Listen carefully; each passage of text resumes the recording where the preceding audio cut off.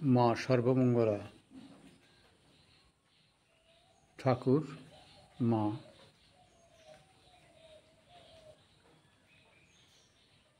মা সারদা রামকৃষ্ণ আশ্রম পলাশিপাড়া নদিয়াতে মা সর্বমঙ্গলা মন্দিরে মা সর্বমঙ্গলা বিগ্রহ।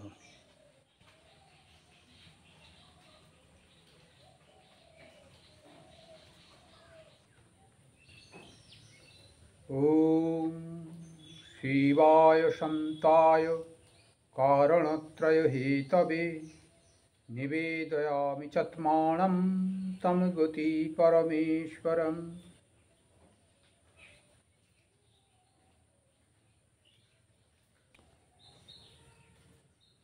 অনেকেই প্রশ্ন করেছেন,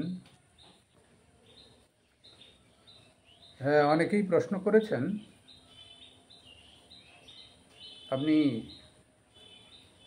রামকৃষ্ণ গল্প কথামৃত করেন, শ্রাবণ মাস শেষ হয়ে যাচ্ছে, একটু শিবের কথা কেন বলছেন না?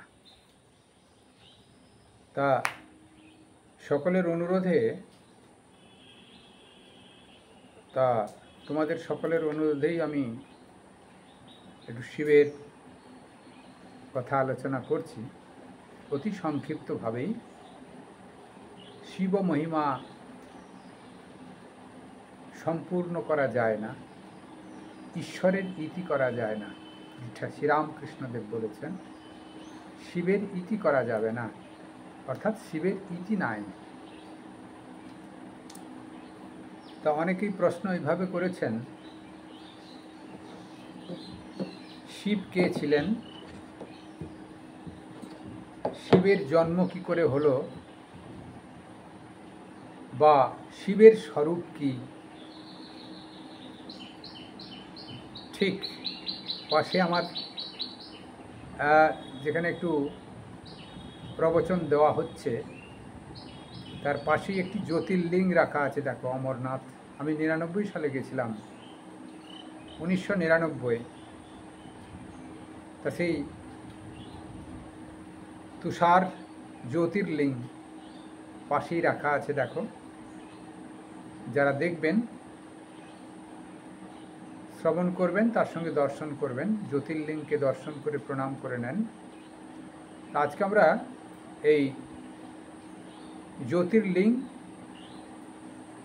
এবং শিব কে ছিলেন, শিবের জন্ম কাহানি, শিবের স্বরূপ অল্প করে একটু আলোচনা করব আপনাদের সামনে। আপনারা নিশ্চিত সকলে মনোযোগ দিয়ে শ্রবণ করবেন। সকলে নিশ্চিত ভালো আছেন। শ্রবণ হেতু আপনাদের সকলকে আমার প্রীতি শুভেচ্ছা, কৈরিক অভিনন্দন। আমি স্বামী পূর্ণ লোকানন্দ পুরী।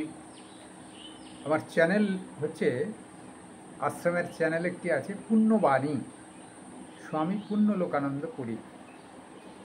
Phone number 9679717842, 9679717842।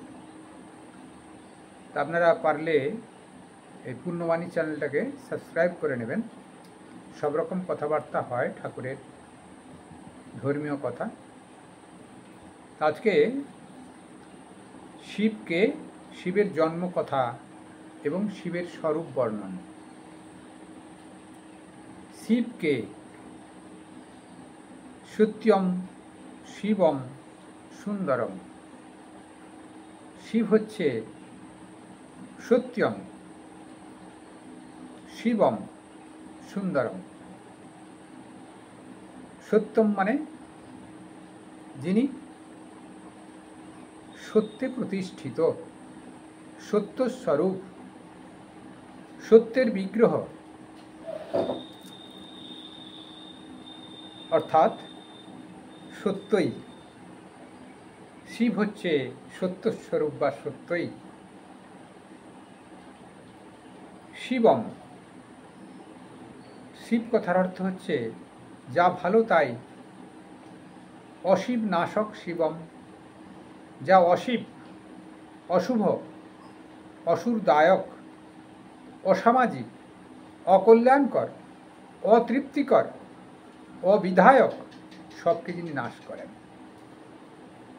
অর্থাৎ শিব উপাসনায় সমস্ত বিপদ নাশ হয়। শিব নামে, শিব ধ্যানে সমস্ত অশুভ শক্তিকে, অশিবকে নাশ করে দেন শিব। অর্থাৎ যিনি অশুভ শক্তিকে নাশ করে শুভ শক্তিকে বর্তমান করান বা শুভ শক্তিকে রক্ষা করেন, অর্থাৎ তিনি শিব। তিনি মৃত্যুঞ্জয়, মৃত্যুর হাত থেকে তিনি রক্ষা করেন। ওম ত্র্যম্বকং যজামহে সুগন্ধিং পুষ্টিবর্ধনং উর্বারুকমিব বন্ধনাৎ মৃত্যুর্মুক্ষীয়মামৃতাৎ। ওম। এই মন্ত্র বলে শিবকে আমরা স্নান করাই, অভিষেক করাই। স্নান বাংলা কথায়, চলতি কথায় অভিষেক করানো হয় বা এই শিবমন্ত্রে হোমযজ্ঞ করা হয়। এটা মহামৃত্যুঞ্জয় মন্ত্র নামে খ্যাত। এই মন্ত্র জপের মাধ্যমেও ওই অকাল মৃত্যু থেকে মানুষ রক্ষা পায় বা অকাল মৃত্যুর যে কারণ, সেই কারণকেও তিনি খণ্ডন করে দেন। অর্থাৎ শিব মহিমা এমনই, শিব নামে সমস্ত অশুভ শক্তি নাশ হয়ে যায়। সুন্দরম, তিনি সুন্দরের প্রতীক। এক দেবী পার্বতী প্রকৃতির দিক দিয়ে যেন সুন্দর আমরা ধরে নিই। দুর্গাপুজোর সময় দেখবেন দেবী পার্বতীকেই সব থেকে সুন্দরের প্রতীক ধরা হয়েছে। ঠিক শিবও সুন্দরের প্রতীক। স্থূল জগৎ থেকে সূক্ষ্ম, সূক্ষ্ম থেকে অতি সূক্ষ্ম, সূক্ষ্মাতি সূক্ষ্ম কারণ সেই মহাসুন্দর, সেই মহা সুন্দর, সেই সুন্দর অবস্থায় তিনি বিদ্যমান। সেই কারণ শরীরে তিনি আছেন, সেই শিবস্বরূপ। অর্থাৎ শিবকে, শিব হচ্ছেন সত্যম, শিবম, সুন্দরম, সত্যস্বরূপ, অশিব নাশস্বরূপ এবং সুন্দরের প্রতীক। অসুন্দর সেখানে একটুও স্থান পাবে না। তার পরের প্রশ্ন হচ্ছে শিবের জন্মকথা। হ্যাঁ, এটি একটি বিশেষ বৈশিষ্ট্য, শিবের জন্মকথা। শিবের জন্ম কিভাবে হয়েছিল, এটি অনেকভাবে অনেক সময় প্রশ্ন আসে। অনেকে বিষ্ণুর জন্ম জানতে চান, শিবের নাভিকমল থেকে হয়েছিলেন, বা হরিহরমূর্তি শিব থেকে যেন দ্বিধা বিভক্ত হয়ে বিষ্ণু সৃষ্টি হয়েছিলেন। হরিহরমূর্তি শিবের কোথাও কোথাও পূজা হয়, কিন্তু শিব কি করে সৃষ্টি হয়েছিল? শিবের তো কোনো সৃষ্টির রহস্য পাওয়া যায় না। হ্যাঁ, রহস্য কিছুটা উদ্ঘাটন করতে হয়, তা জ্যোতির্লিঙ্গ স্বরূপ আমাদের রহস্য সমাপ্তিতে পৌঁছায়। এইভাবে সমাপ্তিতে পৌঁছায় বিজ্ঞান গবেষণা অনুযায়ী পৃথিবীর সৃষ্টি জ্বলন্ত গ্যাসীয় অগ্নিপিণ্ড থেকে। এটি আমরা বিজ্ঞান গবেষণায় অনুসন্ধান করে আমরা সকলেই পড়াশোনার ভিতর দিয়ে জানতে পেরেছি এইটুকু, যে গ্যাসীয় অগ্নিপিণ্ড থেকে এই পৃথিবীর সৃষ্টি হয়েছে।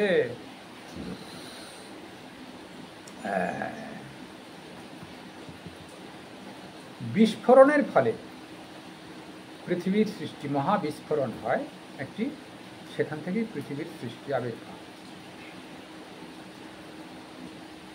এই জ্বলন্ত পিণ্ডের মধ্যে অফুরন্ত এনার্জি বা ঊর্জা বর্তমান ছিল। পুরাণ হিন্দু শাস্ত্র অনুসারে এইটি ছিল স্বয়ং মহাদেব, সদাশিব নামে খ্যাত, যার বিনাশ নাই, অবিনশ্বর বলা হয়। শিবপুরাণ অনুসারে 11 জন রুদ্র বর্তমান,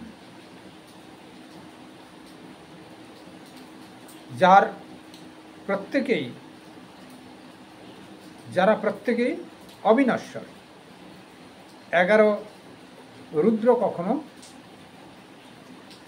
বিনাশ প্রাপ্ত হবে না। এক ঋষি একদিন শিবকে জিজ্ঞাসা করলেন, সৃষ্টি তো হয়েই গেছে, জগৎ সৃষ্টি হয়ে গেছে, ঋষি মুনিরা তপস্যায় রত, তাদের মনেও সেই একই প্রশ্ন। সব দেবদেবতার অবতার আচার্যের জন্ম পাওয়া যায়, মা পাওয়া যায়, বাবা পাওয়া যায়, শিবের মা বাবাকে তাই খুঁজে পাওয়া যায় না। এই প্রশ্ন আছে। এক ঋষিও সেই জন্য শিবকে স্বয়ং নিজেই প্রশ্ন করলেন, আপনার পিতার নাম কি? শিব নিজেই উত্তর দিলেন, এই জগৎ যিনি সৃষ্টি করেছেন তিনি আমার পিতা, তিনি আমাকেও সৃষ্টি করেছেন। সরলভাবে বললেন। তারপর ঋষি জিজ্ঞাসা করলেন, আচ্ছা পিতামহের নাম কি, অর্থাৎ আপনার পিতার পিতার নাম কি? তিনি উত্তর দিলেন, ভগবান বিষ্ণু আমার পিতামহ, অর্থাৎ শিবের যেন দাদু। তারপর ঋষি জিজ্ঞেস করলেন, এ কেমনটি হচ্ছে?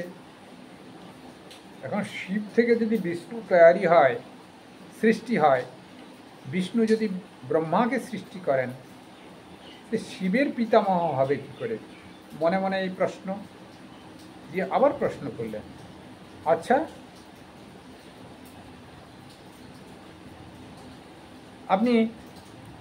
আপনাকে আরেকটি প্রশ্ন আছে,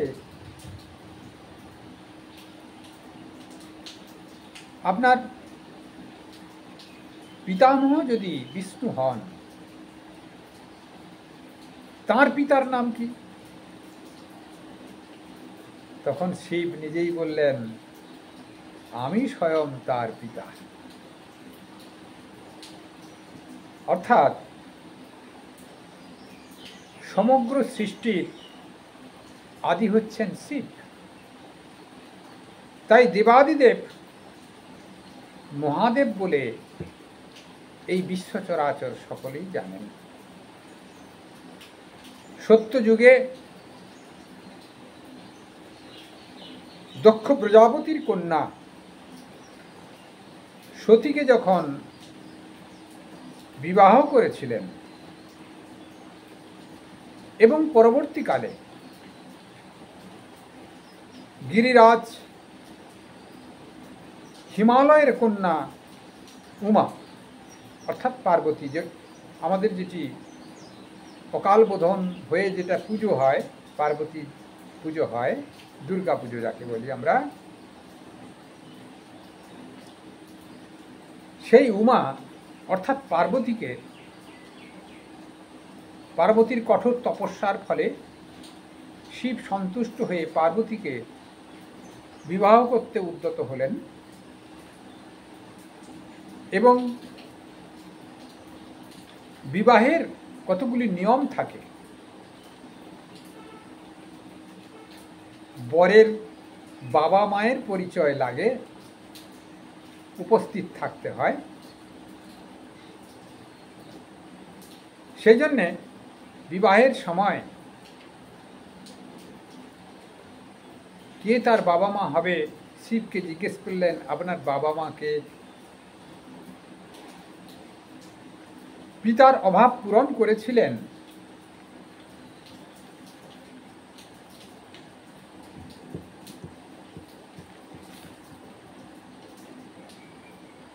মহাদেব।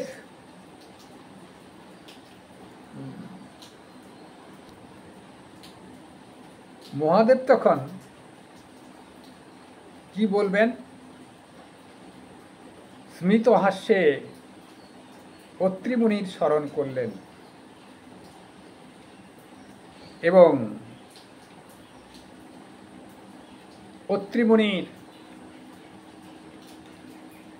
স্মরণ করলেন, সঙ্গে সঙ্গে অনুসূয়াও এলেন। পিতা থাকলে তো মাতার প্রয়োজন। অত্রি মুনিকে বললেন আপনি আমার পিতা এবং অনুসূয়া আমার মাতার স্থান দখল করুন। তারা শিবজিকে প্রণাম করলেন। এই মহাযজ্ঞে শিবজির পিতামাতার স্থান অত্রি মুনি এবং অনুসূয়া গ্রহণ করেছিলেন। পরবর্তীকালে অনুসূয়ার গর্ভেতে দত্তাত্রেয় নামে এবং ওই পরীক্ষার ছলে ব্রহ্মা বিষ্ণু মহেশ্বর উপস্থিত হয়ে শ্রেষ্ঠা নারী হিসাবে অনুসূয়াকে সম্মান দিয়েছিলেন এবং তাঁর গৃহেও অবস্থান করেছিলেন। তা যাই হোক, জাগতিক দৃষ্টিতে অত্রি মুনি এবং অনুসূয়া দেবী অনুসূয়া শিবের পিতামাতা রূপে আমরা পরিচয় পাই। তত্ত্বের দিক দিয়ে একটি ঘটনা পাওয়া যায়। ব্রহ্মা এবং বিষ্ণু এই শিবের পরিচয় খোঁজার জন্যে, কারণ শিব তো ব্রহ্মা বিষ্ণুকে সৃষ্টি করেছেন, বিষ্ণু এবং ব্রহ্মাকে, তাদেরও ইচ্ছে আমার এই সৃষ্টিকর্তার শিবের শুরু শেষ কোথায় দেখার জন্যে। ব্রহ্মা এবং বিষ্ণু একটু তর্ক বিতর্ক হয়। এই শিবের মূল সত্তা কোথায় বিদ্যমান, কিভাবে উৎপত্তি হয়েছে। বিষ্ণু পুরাণ থেকে পাওয়া যায়, যখন সূর্য চন্দ্র কিছুই ছিল না, সেই সময় হঠাৎ এক জ্যোতির্বলয় সৃষ্টি হয়। তারপর সূর্যাদি সূর্য চন্দ্র এই পৃথিবী লোকের মানুষের বসবাসযোগ্য পৃথিবী সৃষ্টি হয় এবং সূর্যাদি আলোকের দ্বারা এই জগতের সমস্ত কিছু তার জীব বৈষম্য সংরক্ষিত হয়। এটি একটি পাওয়া যায়। তারপরে শিব থেকে যেন বিষ্ণু এবং ব্রহ্মার সৃষ্টি হয়, এরকম পাওয়া যায়। আর এই জ্যোতির্বলয় সদাশিব নামে বা মহাদেব নামে এবং দেবাদিদেব মহাদেব নামে খ্যাত। তাই মহাদেবের সৃষ্টি এবং প্রলয় নাই। তিনি প্রলয় কর্তা, প্রলয় নিয়ন্ত্রা। ত্রিদেবের পরস্পর আলাপন হতে হতে শিব ভ্যানিশ হয়ে গেলেন। তখন ব্রহ্মা আর বিষ্ণু একটু তর্কে জড়িয়ে পড়লেন। হঠাৎ একটি প্রস্তরখণ্ড দেখতে পেলেন। তাদের ভিতরে তর্কে শুরু হলো, এই প্রস্তরখণ্ড কোথা থেকে এলো? আর সেই প্রস্তরখণ্ড জ্যোতির্বলয়ের মতন, যেন জ্যোতি নিঃসৃত হচ্ছে। তার শেষ কোথায় আমাদের খুঁজে বার করতে হবে। তা ব্রহ্মার ছলনার আশ্রয় নিয়েছিলেন, কিন্তু ভগবান বিষ্ণু দেখেন স্বর্গরাজ্যের দিকে গেলেন, সেখানেও সেই জ্যোতির্বলয় অবস্থান করছে। পাতাল লোকে গেলেন, সেখানে জ্যোতির্বলয় অবস্থান করছে। আর পৃথিবী লোকে তো আছেই, 10 দিকে যান, সেখানেও জ্যোতির্বলয় বিদ্যমান দেখছেন। আর অপরদিকে ব্রহ্মা নিজের চাতুরীর পরিচয় দেওয়ার জন্যে ভগবান বিষ্ণু বললেন, তুমি মিথ্যে কথা বলেছ, তোমার পূজা এই জগতে হবে না। আমি তো তার কিনারা করতে পারি নাই। তিনি জ্যোতির রূপে যেখানে যাই সেখানেই তার লিঙ্গ বর্তমান। এত বৃহৎ সুবৃহৎ জ্যোতির্লিঙ্গ আমি তো শেষ করতে পারলাম না।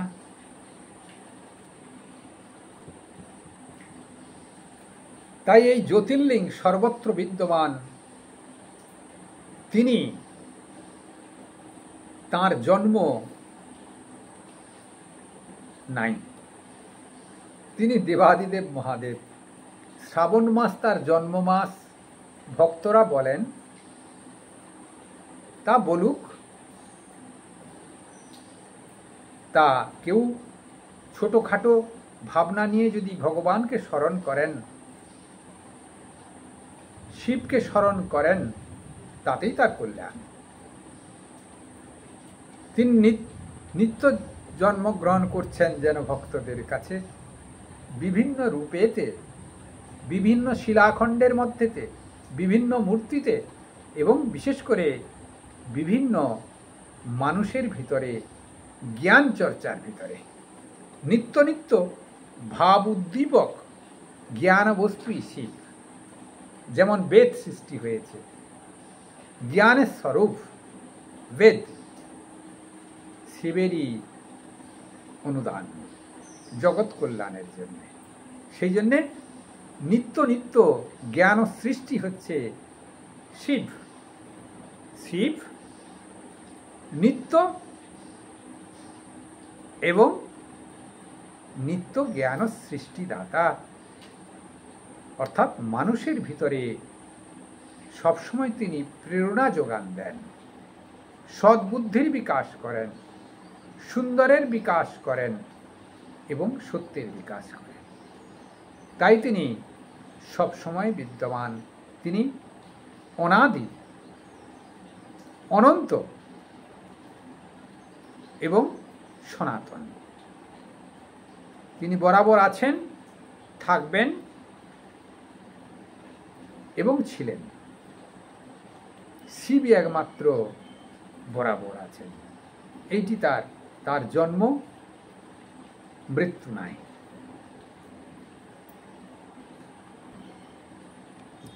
কিন্তু দেবী পুরাণে বলা হয়েছে, দেবী চণ্ডিকাই তিনি মূল। দেবী চণ্ডিকার থেকে প্রসবিত হয়েছেন ব্রহ্মা, বিষ্ণু, মহেশ্বর। তার উপরে দায়িত্ব দিয়েছেন সৃষ্টি স্থিতি প্রলয়ের এবং অন্যান্য সকল পরিচালনার। সেই জন্যে সেখানে দেবী পুরাণে দেবী সমস্ত জগতের নিয়ন্ত্রা চণ্ডীতে বলছেন।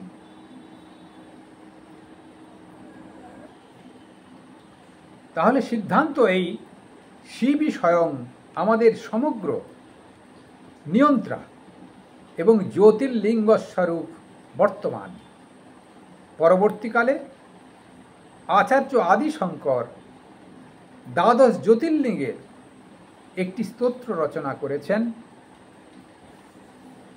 সৌরাষ্ট্রে সোমনাথঞ্চ শ্রীশৈলে মল্লিকার্জুনম উজ্জয়িনাং মহাকালম ওঙ্কারং মমলেশ্বরম করল্যাং বৈদ্যনাথঞ্চ ডাকিনাং ভীমাশঙ্কর সেতু বন্ধে তু রামেশ্বরম নাগেশং দারুকাবনে বারাণস্যাং তু বিশ্বেশ্বরং ত্রম্বকং গৌতমী তটে হিমালয়ে তু কেদারং গ্রীষ্মে চং তু শিবালয়ে এতানি জ্যোতির্লিঙ্গানি সায়ং প্রাতঃ পঠেন্নরঃ সপ্তজন্মকৃতং পাপম স্মরণে ন বিনশ্যতি। অর্থাৎ এই দ্বাদশ জ্যোতির্লিঙ্গ আদি শঙ্করাচার্য তিনি স্তোত্রের মাধ্যমে এটি ভারী সুন্দর করে বলেছেন। সৌরাষ্ট্রে সোমনাথঞ্চ, সোমনাথ আমরা জানি প্রভাস তীর্থতে আমি গেছি, 2010 সালে গেছিলাম। শ্রীশৈলে মল্লিকার্জুন, এও আমি মল্লিকার্জুন লাস্ট জ্যোতির্লিঙ্গ দর্শন করেছি 2010-এতে। উজ্জয়িনাং মহাকালম, মহাকাল 2-3 বার দর্শন করেছি 2000 সালে, না 1999 সালে, তারপরে ও 2-3 বার দর্শন করেছি। ওঙ্কারং মমলেশ্বরম, ওঙ্কারেশ্বর সেই 1999 সালে দর্শন করেছিলাম, ছিলাম ওখানে 3 মাস। করল্যাং বৈদ্যনাথঞ্চ, বৈদ্যনাথ ধাম আমাদের ঝাড়খণ্ড, এখন বিহারে ছিল, ঝাড়খণ্ডে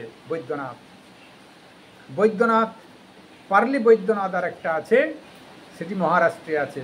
এই জ্যোতির্লিঙ্গ 12টা হলেও 2-1টি জ্যোতির্লিঙ্গের নামে আরও 2-3টি আছে ডুপ্লিকেট, বা সেই নামে অনুরূপ নামে দেওয়া যায়। সেই জন্যে এই জ্যোতির্লিঙ্গ যেন 15টা বলা হয়, 12টার জায়গায় যেন একই নামে 2-3টি আছে বলে তাকে 3টি যদি যোগ করা হয় 15টা হয়ে যাচ্ছে। তাছাড়াও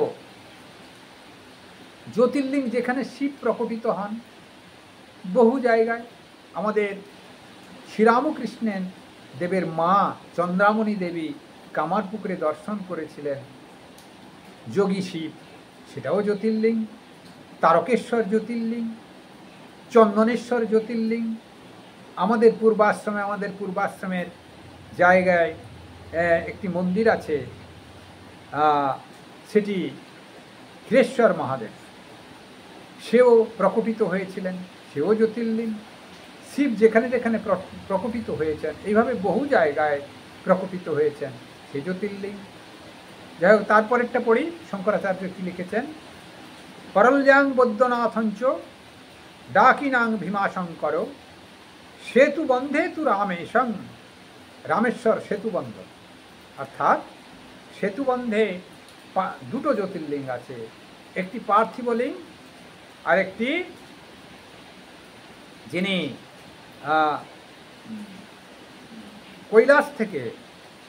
কৈলাস থেকে মহাবীর নিয়ে এসেছিলেন সেই লিঙ্গ, আর একটা পার্থিবলিঙ্গ রামচন্দ্র যেটি বালি সমগ্র করে বসিয়েছিলেন, সেখানে 2টো আছে রামেশ্বরমে।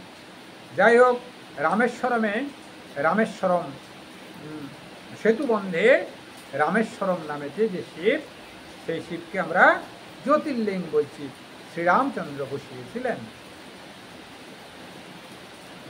নাগেশং দারুকাবনে। দারুকাবন কোথায়? ভগবান শ্রীকৃষ্ণের দ্বারকা, সেই দ্বারকা থেকে দারুকা বন, সেই দারুকা বনের ভিতরে নাগেশ জ্যোতির্লিঙ্গ আছে। আমরা গেছি সেখানে, 2010 সালেই গেছি। বারাণস্যাং তো বীরেশ্বর, বারাণসীতে বীরেশ্বর শিব, বিশ্বেশ্বর, বারাণসীতে বিশ্বেশ্বর শিব। বিশ্বেশ্বর শিব গঙ্গার পাড়ে, ভারী সুন্দর।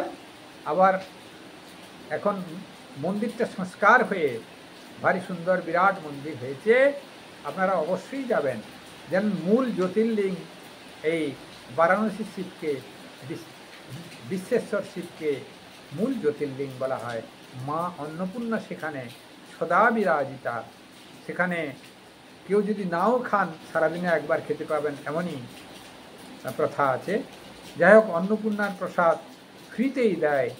কেউ টাকা দান করতে পারে, কিন্তু টাকা দান না করলেও মা তাকে ধরে বসে খাওয়াবেন। তা সেই মা অন্নপূর্ণার প্রসাদ সেখানে পাওয়া যায়, শিব মন্দিরের পাশেই। তা সেখানে বারাণসীতে বিশ্বেশ্বর শিব, ত্রম্বকং গৌতমী তটে। এবং গৌতমী তটে ত্রম্বকং গৌতমী তটে ত্রম্বকেশ্বর মহাদেব। ত্রম্বকেশ্বর মহাদেব, যেখানে আমাদের কুম্ভ হয়, কুম্ভ 4 জায়গায় হয়, তার ভিতরে এই নাসিক কুম্ভ, নাসিকেতে ত্রম্বকেশ্বর মহাদেব আছে। আমরা গেছি, দর্শন করেছি। সেখানে ব্রহ্ম পাহাড় আছে, তার সঙ্গে ত্রম্বকেশ্বর মহাদেব আছেন। ত্রম্বকেশ্বর মহাদেবের একটা বিশেষ বৈশিষ্ট্য, এই হাতটিকে এরকম করে শিবকে দর্শন করানো হয়। ত্রিমুণ্ড শিব এইরকম করে স্পর্শ করা হয়। অর্থাৎ শিব থেকেই যেন সেখানে ব্রহ্মা এবং বিষ্ণু নির্গত হয়েছেন। অর্থাৎ ত্রিমুণ্ডধারী শিব, ব্রহ্মা বিষ্ণু মহেশ্বর, এক লিঙ্গ থেকে যেন 3টি অবস্থান হয়েছেন, 3টা মুণ্ড, ব্রহ্মা, বিষ্ণু এবং শিব। দেবাদিদেব মহাদেব থেকে 3টি মুণ্ড নিঃসৃত হয়েছে, ব্রহ্মা, বিষ্ণু এবং শিব। অর্থাৎ ত্রম্বকেশ্বর গৌতমী নদীর তটে গৌতম ঋষি তপস্যা করেছিলেন। সেই গৌতমী কুণ্ড আছে, সেখান থেকে পানি নিঃসৃত হয়ে ওই গোদাবরী নদীর সৃষ্টি হয়েছে। এবং ত্রম্বকেশ্বর মহাদেব তারই পাশেই, ভারী সুন্দর জায়গা, কুম্ভ হয়, যাবেন আপনারা। হিমালয়ে তো কেদারনাথ, আমাদের আশ্রমেই কেদারনাথের অনুরূপ একটি শিব বসানো হয়েছে। সেই কেদারনাথে আমরা গেছিলাম 96 সালে আমি গেছিলাম। আরও 2-1 সাধুর সঙ্গে রাস্তায় দেখা হয়ে গেছিল, বেশ আনন্দ করে কাটিয়েছি। পরে তো সেটি আবার এটি ধ্বংসলীলা একবার হয়েছিল। শিব মন্দির ধ্বংস না হলেও এটি প্রলয় একটু ঘটেছিল। যাই হোক, এখন আবার সব ঠিকঠাক হয়েছে। 4 ধামের ভিতরে কেদার ধাম একটি বিশেষ ধাম, সেই হিমালয়ে কেদার। তারপর হচ্ছে গ্রীষ্মে চন্তু শিবালয়ে। শিবালয় কোথায়? এটি হচ্ছে এই ইলোরা, অজন্তা ইলোরা আমরা শুনেছি না, সেই অজন্তা ইলোরা, সেই পাহাড় আছে সেখানে, সেই অজন্তা ইলোরা পাহাড়। এটা ওখান থেকে আমাদের যেতে হয় ওই ইলোরা পাহাড় হচ্ছে শিবালয় তাকে বলা হয়। সেখানে কৃষ্ণেশ্বর মহাদেব আছেন। তা সেকেন্দ্রাবাদ থেকে যেতে হয় ওখানে, এটা মহারাষ্ট্রেই পড়ছে। তা আমরা গেছিলাম 2010 সালেই সম্ভবত গেছি। রুটগুলো একটু যেটা ভুলে গেছে, আমরা দেখলে ডায়েরি দেখলে হয়তো পাওয়া যাবে। তা যাই হোক, সেখানে ছিলাম, বেশ কয়েকদিন ছিলাম, খুব ভালো লেগেছিল। অনেকবার পুজো দিয়েছি, অনেকবারই পুজো দিয়েছি। আমি এই দ্বাদশ জ্যোতির্লিঙ্গ সম্পর্কে দু একটি আপনাদের কাছে আলোচনা করব দু একদিন ধরে, হয়তো প্রতিদিন দুটো করে জ্যোতির্লিঙ্গ, 6 দিন লাগবে এই 12টা জ্যোতির্লিঙ্গ সম্পর্কে আলোচনা করতে। পরপর আমরা আপনাকে জানাবো। আজকে আর বেশি সময় নাই, 35 মিনিট হয়ে গেছে। এটি করে আমি আজকে শেষ করব। বেশি তো আপনারা শোনেন না, তো কী করবো, সেই জন্যে অধিক বক্তৃতা অনেক সময় 1.5 ঘন্টায়, কখনো কখনো ছাড়া হয়েছে 1 ঘন্টা 1.5 ঘন্টা। তা যাই হোক, আজকে এই পর্যন্ত থাকবে। হিমালয়ে তু কেদারং ঘিষ্ণে চন্তু শিবালয়ে, শিবালয়ে ঘিষ্ণেশ্বর মহাদেব। তারপরে এতানি জ্যোতির্লিঙ্গানি সায়ং প্রাত পঠেন নর। শঙ্করাচার্য আদিশঙ্কর এটি লিখে গেছেন। এই জ্যোতির্লিঙ্গ যে বর্ণনা করলাম, এই স্তোত্র কেউ যদি সন্ধে সকাল পাঠ করে 7 জন্মের পাপ সম্পূর্ণ নিবারিত হয়ে যাবে, তিনি শিবত্ব প্রাপ্ত হবেন। তাই আমরা এই জ্যোতির্লিঙ্গ যে স্তোত্র শঙ্করাচার্য বিরচিত, শঙ্করাচার্যের লেখনীর মাধ্যমে এটি আমরা পাঠ করব। আর এই শিবের সম্পর্কে আমরা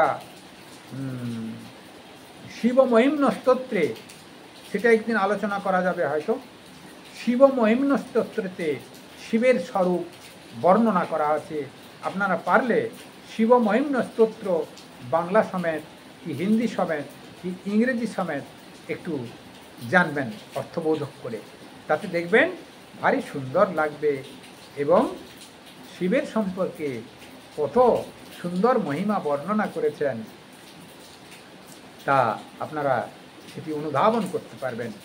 তা আজকে শিব সত্যম শিবম সুন্দরম, শিব আপনাদের সকলের মঙ্গল সাধন করুন। শিবই আছেন, এই জগতে আর কিছু নাই জানবেন। জ্যোতির্বলয়ের ভিতরে জ্যোতিস্বরূপ শিবই কেবল আছেন, দেবাদিদেব মহাদেব।